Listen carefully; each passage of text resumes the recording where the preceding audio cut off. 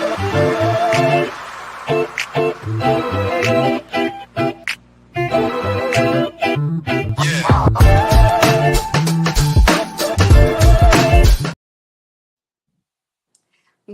back to the Keys to Success podcast. You have your host, Tilisa Stubbs.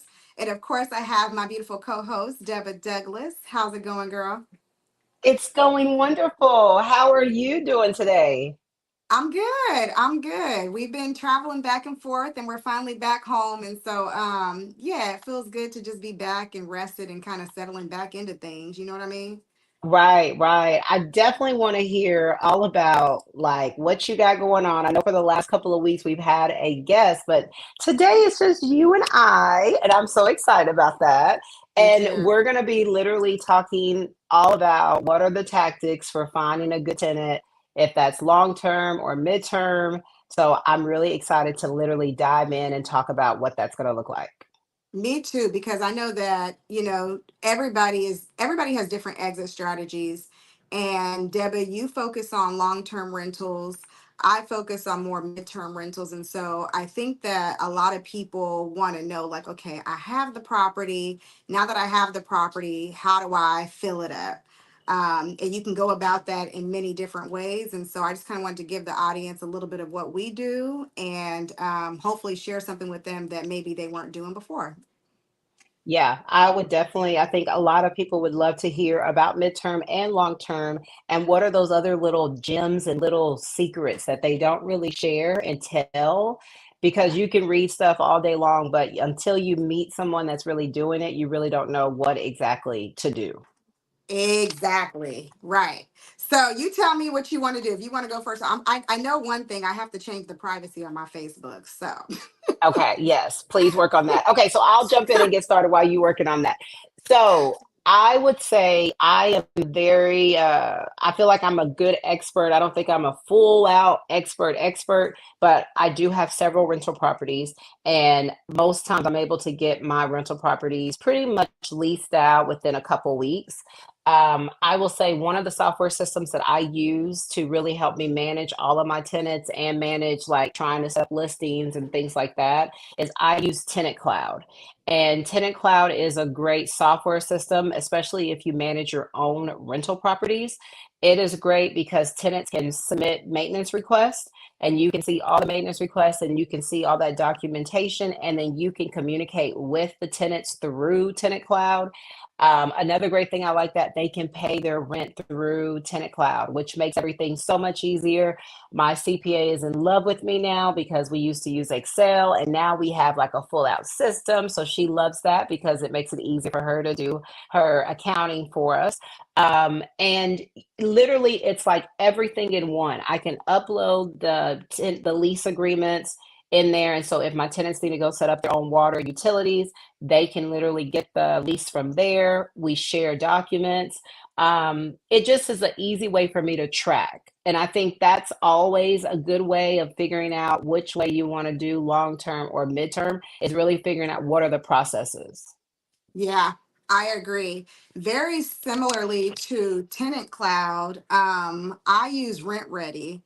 And Rent Okay. Ready, very similar. And I love that feature though, Deb. I love the fact that if they do have a maintenance request, they can put that right in. I even have the capability, which I'm pretty sure your software does too, where you can add your maintenance person if you have a handyman or if you Yeah. have somebody, you can add them onto your software. So that way, when those maintenance requests comes through, you can say alert that person, and then they can go ahead and handle it. So I do like that as well.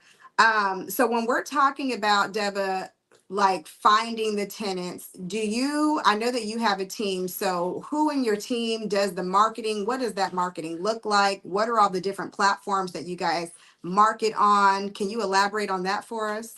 Yeah, so how do we market? So we market through a lot of social media. We do a lot of like different Facebook groups or different things like that. Um, we list it on the MLS so that that's an opportunity for another agent that may have another potential tenant. They go see it. We also market on Zillow. One thing I have learned is that now that Zillow has become their own little business within themselves. You have to pay extra to list your rental on Zillow. So it's like a whole different setup. But most of your tenants are looking on Zillow for a rent house, especially those that may not have a tenant. So we definitely pay for Zillow. I also use Craigslist because I'm looking for tenants, and you'd be surprised where people are looking for rental. And then I also do Facebook Marketplace because there's always a huge variety of people that are looking for rentals there. And then I also, because some of my properties are tenant or like Section 8 or some type of housing program, I reach out to my housing representative and she can help me find someone that may qualify for different programs. They may not just be Section 8, they may be like a homeless initiative. They may be on like a VA initiative, different housing programs. So I usually will reach out to her too. And that's where I start with all the marketing. I love that. I love that. And so, Deborah, what I hear, which is what very similar to what I do, is like you're in the same way that you find real estate, you just cast out that wide net, and however those tenants come in, they come in from all those different sources. And so I think that it's important to have multiple sources of finding your tenants. That way you can just increase your chances of getting it filled faster. For me, it's a little bit different. And I think I'll say that my way is not as passive as yours, Deba. Um, and I say this because so when I buy, okay, so recently I've gotten into this space where we are housing people who are homeless. This is a very new space. I've only been in this space, I think I started doing my research in like early December, and so now we're like fully into it. But we are housing people who are at risk, whether that is somebody sleeping in their car, or a woman that needs to get away from her abusive husband, or just whatever the situation is. And a lot of the times, our tenants, they will not qualify for a regular rental. They will not qualify with their credit. They will not qualify with their income. A lot of them won't qualify with a criminal background. But you know, we are a little bit more lenient in the fact that we really don't look at your credit. We don't look at any job history. For us, we need to make sure that you have some sort of income, whether that is Social Security, disability, a part-time job. And we're not renting the entire house to you. We're not even renting a room to you. We're renting a bed. And so in a 4 bedroom house, if you think about it, the master bedroom can typically have about 3 to 4 beds, and I'm saying twin beds. And so 3 to 4 beds in a master, and in the other rooms, I normally can fit about 2 twin beds in there. So if you think about it, we can typically house 9 to 10 people, and they're paying anywhere between $700 to $800 a month. Now, they also don't have to cover their utilities. We're covering their utilities. Okay. We are also covering food to an extent. Now, those people that have like EBT, they have food stamps. We will take that and we'll go grocery shopping with their food stamp card. So their rent might be a little bit reduced. Instead of paying $830 a month, theirs might be reduced to like $770 a month, right? Versus somebody who doesn't have EBT, then they're going to be paying the full price. And so for us, the process of finding these people, it takes a little bit more active work. It's not as passive. And so very similar to how Deba kind of cast out that wide net, we do the exact same thing. So my VA, she probably adds maybe 30 to 50 either churches, agencies, shelters into our CRM every day. And she's calling them and she's telling them, hey, we're her home away from home. We have a house in Trussville, Alabama, where we can house 9 women. If you guys know anybody that is sleeping in their car or just is homeless, please have them reach out to us. And so she's doing that all day long. And so by the time they're calling me, they're already hot, or they're calling my husband, they're already hot. And at that point, we can just do a screening, and we just have a series of questions that we ask them. So like I said, you guys, we're not doing we're not doing a credit check or anything like that, but they can't be a sex offender. They can't be a murderer. We don't do a lease agreement, which is very different. We do what's called a license agreement, which basically has stipulations. So if they test positive for drugs, that's automatically you get kicked out. If they have a fight with another tenant, that's an automatic, um, I guess, eviction pretty much, but there is no lease. And so we do that because in the event that somebody's causing problems in the house, we don't want that person to remain in the house and be a cancer. So there are no lease agreements. And so, yeah, and then once we find somebody who is interested and they meet our qualifications and they have some sort of income, like for instance, I met a lady the other day and she gets about 1,300 in survivor's benefits. Her husband did some horrible things to her and cut her, had her bleeding, and threw her in the shower and told her that the cold water would keep her conscious and would stop the bleeding. Oh So wow. these people have gone through they've gone through hell and back, you Yeah. know? And so, but they're in these situations, but they have money. So she actually can pay the full $830. She doesn't get any food stamps, but she'll be able to get all her utilities and everything else covered, and we'll cover her food with that as well. The Another thing that I think is important to mention is that when you're doing these houses, you have to have like a house manager. You have to have somebody living in the house that kind of serves as like a property manager on site, pretty much. And so that person makes sure that, everybody stays within the curfew, make sure that everybody stays up on their drug screening, all of that. And she just makes sure that the operations of the house stays in order. Got it. Um, Is that so person living there and they live there full time? Yes, so your house manager, they're gonna live there and you're gonna typically give them their own room. So like the property that we purchased in Florida in December, it only had 4 bedrooms. And so I converted the dining room. I remember I told you that I converted Yeah. the dining room to a bedroom. So that way I didn't have to reduce my income by putting my house manager in one of my other rooms. I was able to put my house manager in the dining room, put a closet on it, and put a queen bed in there. Nice. So the house manager, they don't have to pay any rent. Their utilities are covered, their rent is covered. Their only job is to manage the house.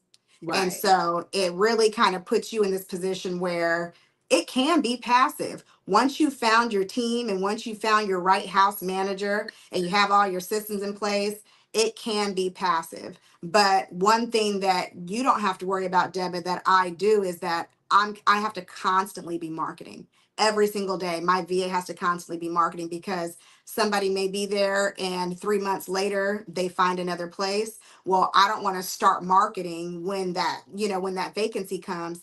I want to have a waiting list of Yeah. people who need those rooms, right? Or need those beds. And so a little bit different on that end, but yeah. So okay, I'm like, I got some questions. This is so one, you have to purchase furniture, but you're just purchasing like a blanket, nice furniture, but nothing like an Airbnb level because it's No. nothing close. So to twin beds, do you even get comforters or they bring that or like who covers that? Yeah, so I do. So I'll buy the twin beds brand new. I'll buy the mattresses and I get nice like the Tempur-Pedic. Yeah. They're twin, 8 inches, but they're the nice ones. And Okay. then I'll also get it's a 5-piece comforter set. Okay. That's what I'll get. Now, as far as everything else in the house, I get from the thrift store. So you may have seen a post that I posted recently where I'm like, people be sleeping on the thrift store. And Yeah. I'm like, me and my husband, we've been going to the thrift store for years, child. We started off young. We had a little apartment. We had to go to the thrift store. It just became one of our things. And Right. so our furniture, we typically don't pay any more than I would say $500 for Nice. our living room furniture and the beds for 10 beds, including the frames, the mattresses, the comforters. I'd say we're probably out about $3,000. Wow. That's not bad at all. That's not bad at all. Mm-mm, And so, okay, not bad. you're a house manager. You said you cover food. Now, when you have these people in the home, when they sign the licensing, do they sign for a time frame of how long they can stay in the house? Yes, Oh, it's a month to month. oh, it's month to month. Okay, so that's It, why it- it's a necessity to have that waiting list so that, hey, if they are out, then you have someone else just to move in. exactly. Got it. Exactly. Is this all one sex or is it unisex where men and women stay in this house? So for our houses, it's just women. Okay. But since I've been a part of this and been a part of the mentorship that taught me all of this, a lot of people do unisex, Okay. and people be having sex. Oh, okay. Okay. I mean, they may meet their lifelong soulmate. You never know. Okay. Okay. Right, that girl, that's what I said. But for me, I don't think I'm quite there yet. So it's just women for now. And I don't know if I'll change that in the future. And the reason why I say that is because me specifically, a lot of the women, I would say probably about 80% of the women that reach out to me are suffering from domestic violence. Got So it. to have a man in the house, I kind of think that might be a little triggering, you Yeah, know? for sure. I could see So that yeah. triggering. And then none of these people have children. So um some of them do have children. However, they're working on getting their children back. Oh, okay. Okay, but there's no children in the house. No, we don't allow any children in the house or husbands. So if you're coming, you have to just come by yourself. You're renting a single bed and you're sharing that room with another person. Got it. Okay. Okay. Yeah. Y'all do like a compatibility test to see like they in the room with two. I guess I'm just thinking of college wise, and my first roommate in college, I wasn't feeling her at all. Like she was diabetic and she was not very clean being a diabetic. There were many nights that I would lay in my bed and I would find her needles and I'm like, what is this? What? Like shout out to my roommate after that, Mary, and she's my friend to this day. Like after that, I didn't even know other roommates but her. But I'm just being a little bit naive that hey, they're really just trying to get their life back together so they could care less who's in the room with them. But A I'm lot. Yeah, a lot of the times that, and Deb, I want to be just as transparent as possible. I'm still new at this, okay, so I may experience that. I may have to have some sort of system where I'm playing matchmaker, but we're so new at this that we're just trying to get the beds filled. right. You Feel know it. what I I mean? feel it. And so, but what I have found, like we have a lady and a daughter, and they're staying at a church right now. They were living in the woods. I don't know if I told you this. The pastor found them in the woods, brought them into the church. The mom's 50, the daughter's 30, and the daughter's autistic. Oh my He's had them for the last 6 months. Now the mom is working at a local school district as the bus aide, and I think she brings in about $1,700 a month. And the daughter works up the street at the McDonald's making $500 a week. So now they qualify. And because her daughter's autistic, their mom and daughter, they would stay in the same room together. So wouldn't yeah, have to worry about, So in those situations, I'm like, oh, I can put them in the same room. Cool. That's amazing. that's amazing. And then if I have somebody else who, is just coming off the street, like this other girl who is running from her boyfriend, she's supposed to be moving in this week. We're going to put her, a little bit further away from those two because we've still got enough room in the Yeah. house to where we can kind of still separate people out until we get completely occupied and people really don't have a choice where Wow. they Wow. go. I just want to say one thing. Like we're talking about this like it's just a natural thing, or I really commend you for the work that you're doing because a lot of people that you're working with and connecting with are the people that have been overlooked, the people that feel like they're not good enough, people that feel like they don't have value, people that feel like, God just kind of forgot about them. So Yeah. the work that you're doing is like, I see you, I'm finding a place for you. I want you to be a place where you can grow, you can flourish and try to figure out where you are in life. And Yeah. a lot of people overlook this group of people. And so I just want to commend you of seeing that need and creating a space for these people that were kind of the forgotten group. Yeah. And Deb, I appreciate you saying that. And I think for me, You know what? Honestly, Deborah, when I started this real estate investing journey, I did not have any intention on housing the homeless. I'm gonna be completely honest. Mm-hmm. There have been things that have happened throughout the duration of these last 3 years that have just opened up my eyes, softened my heart, made me a Yeah. little bit more compassionate. I've had to go through some things where I'm like, oh man, that could have been me. That could have Yeah. been me. You know what I mean? And as I see how little is done, Yeah. you know, Yeah. like there's so many big groups, so many big politicians and big corporations that could really do something, you Yeah. know. And God is just saying that stop waiting on somebody else to do it. Stop saying it's the government's job or it's the Kardashians job, or no, it's my job. It's your job. It's your job. I mean, that's why I love you, because I feel like we both have the same heart, that we want to help the people that we may have once been or know someone very closely, or we served that population in whatever field that we were in our previous lives. Yeah. And I love that, because whenever I have a placement with, when I do the homeless initiative and I'm able to place them in a home, I feel more happy with that group than someone that can actually afford it, because it's like created a space for someone that never thought this was even possible. And it's helping them get back on their feet so that they can go out and do something better for their future. Because let's be honest, we only one season away. How easily could we easily be that person? And I'm just thinking, well, let me give you a little bit of grace, because I pray someone would give me grace if I ever fall into those shoes, or my kids fall into those shoes, or anyone that we're connected to give people just a little bit of grace. Girl, and Deborah, when you say that, like, I may need that, or my kids. So I had asked God, I was like, God, I know I don't have the heart that you have for these people. Like, my heart is getting there, but I know that my heart is not nearly as strong as it is. I said, strengthen that. Yeah. And basically the vision that he gave me, or the image that he gave me, was my daughter, as an infant, my precious 19-year-old daughter, and how much I cherished her and how much I kept her in a bubble and how much I tried to protect her from this world. And now she's out in the world, and she's on her own.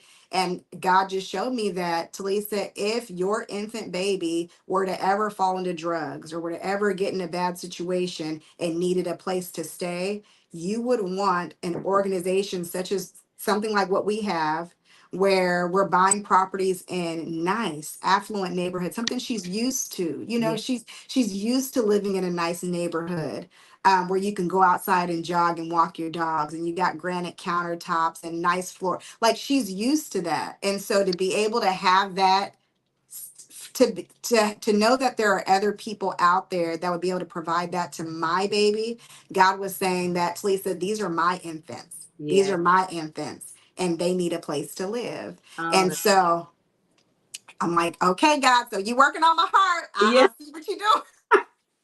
Like, and Devin, you already know how fresh, Yes. you Yeah. know. Right. Right. Right. I love that. And so, I mean, I'm not going to count your money, but there's a lot of money to be made in this situation too, while you're doing good for other people. But there is a lot more to manage, because I'm not going to lie, that to me, I'm like, man, that's a lot. Because when I just think about one tenant in one household, for me right now, that sometimes can be overwhelming with maintenance requests, this and that. And just dealing with one person, you're dealing with like 5 to 6 different tenants, in maybe even up to 9 different tenants in one household, and trying to deal with personality conflicts. And then what if they don't get along with the house mom or the manager in the house? And that's a lot to handle. Yeah, no, it is. And I'll say that if you do this, like, you really have to have the grit to do it. Yeah. Like, if you want something that's like passive, that's not going to give you like any stress, like, this is not for you. Mhm. I feel like this is an assignment. Right. So I don't have a choice. Yeah, I like that. You know what I mean? So if you feel like this is an assignment for you, that God is calling you to do this, and you don't have a choice, you're going to put Yeah, up with you it, want to do it.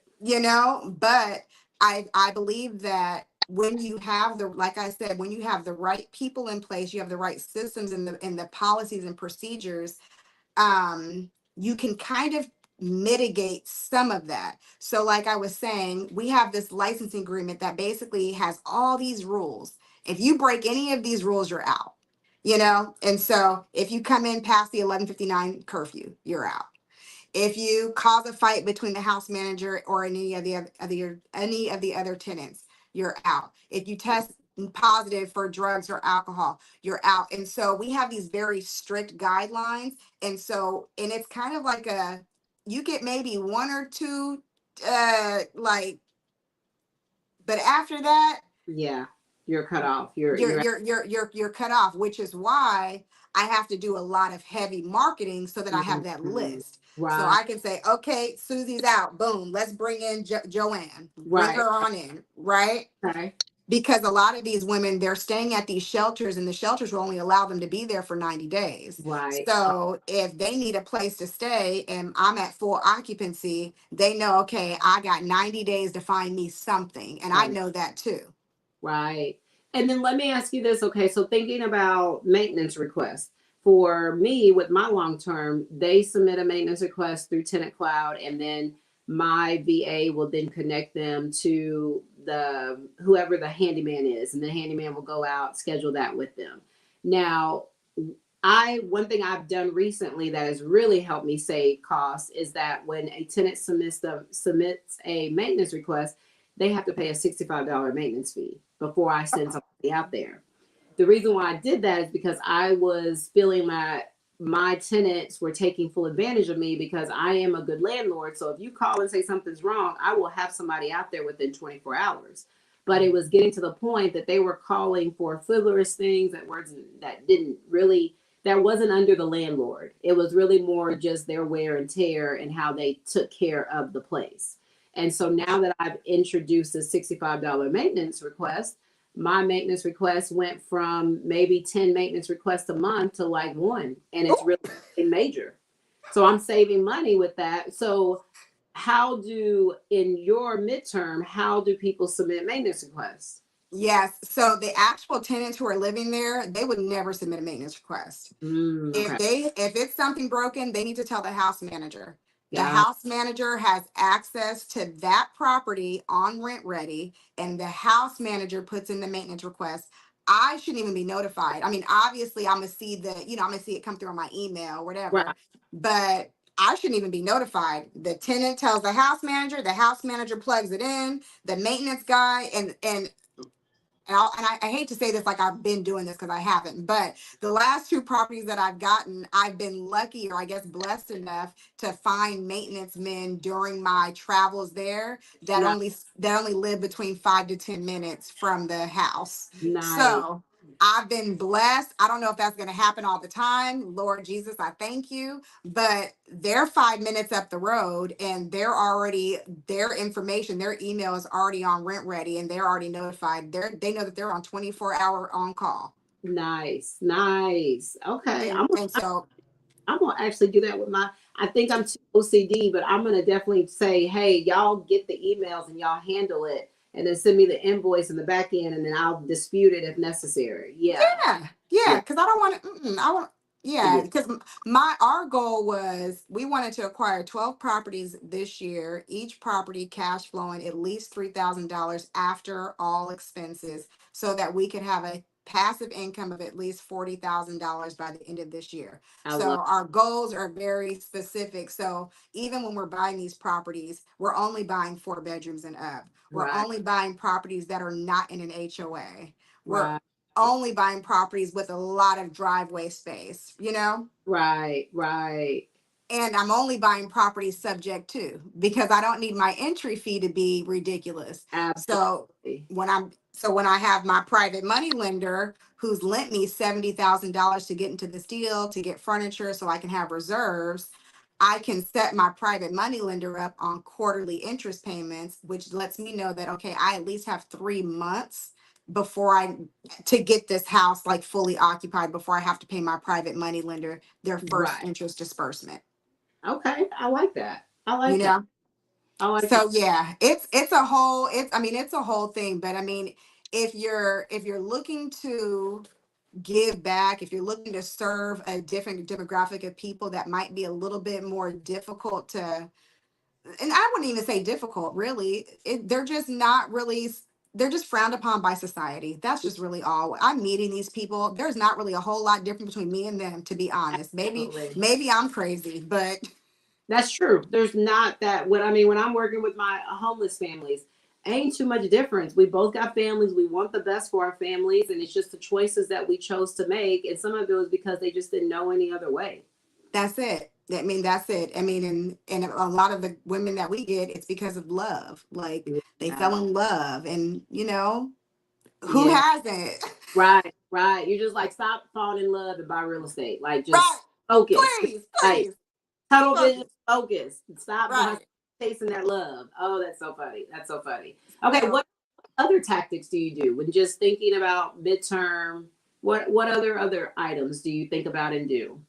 So, you know what I've really liked during this process is that old school guerrilla marketing. Some people don't like to do it, but like I print off our flyers and we will hit up just wherever we go, whether it's Walmart and I'm talking to the cashier and I'm like, hey, if you ever know anybody that's living in their car, they're homeless, would you give them this? And she's like, oh girl, my auntie is looking for a place to stay. Oh, wonderful, give her this. We only 10 minutes up the road.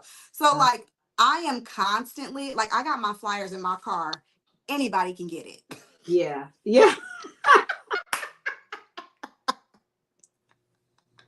You always got to be ready. Like you got to always stay ready because if you're not ready, you're already behind. You're already behind. So you got to always be ready. I get it. I get it. You got to be ready. So I mean between doing like the old school guerrilla marketing, there's this one tactic where if you are, and this is not me per se, and I haven't done this, but if you are serving people who are more of like in the mental health space or outpatient individuals, you can go to hospitals and on every single floor there's a nursing station, right? And Right. so you go to each floor, and when you get there, you say, "Hey, can you get me your social worker on this level?" Mm, And the social workers, they're the ones sitting at the bottom of the bed with the patient saying, "Okay, you're about to get out. Do you have food? Do you have a place to stay? Do you have this? Do you have that?"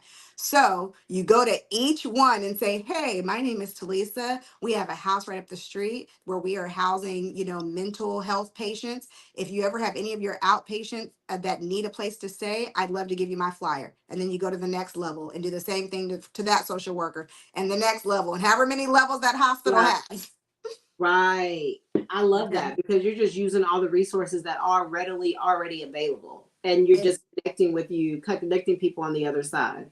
Exactly. So, I mean, and you guys, and obviously, yes, there is money to be made in this, but I would not say don't do this for the money. No. No. No. Don't do that. The money is good. I'm not gonna lie. I mean, you think $800, you've got 10 people living there, that's $8,000 a month. Your mortgage is 2,100, utilities maybe another 800. I mean, it's still It's still a decent amount that you're running into for sure. Uh-oh. I don't know what happened to Talisa. But oh hopefully that you were able to understand and learn a little bit more about midterm and long term. They're both great ways to make money. There you go. You're back. There you go. okay. I don't know what happened. But we were just saying about the midterm and like, hey, it's not a great way. If this is really if you're focusing on the money, I would not recommend this. Exactly. Your heart really needs to be in this. And so Yeah. there are other ways to make money in real estate other than doing it this way. But me and Deba thought it'd be a good idea just to get on here and just to kind of show you guys just the different ways that you can invest as a long term, as a midterm, and how y'all can go about finding those tenants because there's so many different ways. You just got to kind of cast that net out Yeah. and allow them to come in and be available when they call or when they reach out Right. because Pick I up. missed a couple calls. Yes, please pick up your phone. You got to pick up your phone. And I think the biggest thing that we continue to share on this podcast, and when we have different guests, and when it's just Talisa and I, we are just opening up the door of there's so many opportunities with real estate. And we're just trying to stress how important it is to just get in the game, try something, do something with real estate. If you don't own a home and you're renting, buy a house. If you do own a home, get you a rental property. If you don't have money, then figure out how you can get private lenders, or figure out how you can use a hard money lender. Figure out the seller finance way. There's just too many opportunities that, and too many options, that an excuse is not worth it at this point. With the rate that inflation is going, your 9 to 5 is not enough to keep up with just basic bills. It's not enough to raise kids, and it's not enough to send kids to college and really live a decent life while you're trying to get to the retirement age. Real estate is a way to offset inflation and also help you with the long term. Yes. So the first house is not going to make you rich, but it will change your life. It will change your life. Yeah, but you have to start. You have to You gotta- start somewhere. So Yeah. I hope that was helpful, you guys. You guys, we always like to hear what you guys have to say, what you guys want to hear. And so if something resonated with you today and you want to learn more about how to get into the space, you guys can reach out to me, Tilisa Stubbs at herinvestments.org. But if you're in the Dallas area and you're like, you know what, I think I'm ready to like start flipping, to start buying some long-term rentals, Deba Douglas is there. She's there locally. You guys can meet with her in person. Like, get the mentorship that you need. Get in the community. It was not until I got in a community where I saw other people doing this. Yeah. It made it real. And it's been like that way for years. The very first time I went to Hawaii, I would have never gone to Hawaii, but I was working at a place where the girl that I talked to every day, she went to Hawaii every single year, the exact same time every single year, and she made less money than me. And I was like, how are you doing this? And she showed me, and a year after, I went to Hawaii, something that I didn't think I was ever going to do. And so you have to be around people who are doing it in order for you to know that this is possible for you. Yeah. Yeah. The lack of exposure is no longer an excuse. It's not. It's not an excuse. You're just holding yourself back in your generations to come. Yeah. And Wow. it's a lot of generational curses to break. There The is a sooner lot. that you get started, the sooner that you can start breaking them. And you might be the only one in your family that will ever be able to break them. And Yeah. your entire family is counting on you. They are counting on you. So we are so happy that you joined us. Please like and subscribe, and definitely get in the comments and tell us what you want to see more of. Yep. See you guys later. Bye. We'd like to thank you for tuning in to the Keys to Success podcast. If you enjoyed this episode and you want to listen to more, be sure to subscribe to Apple Podcast and YouTube for our latest episodes. Check out our show notes for more information on mentorship, private money lending, or if you just want to be a guest on our podcast. We can't wait to hear from you.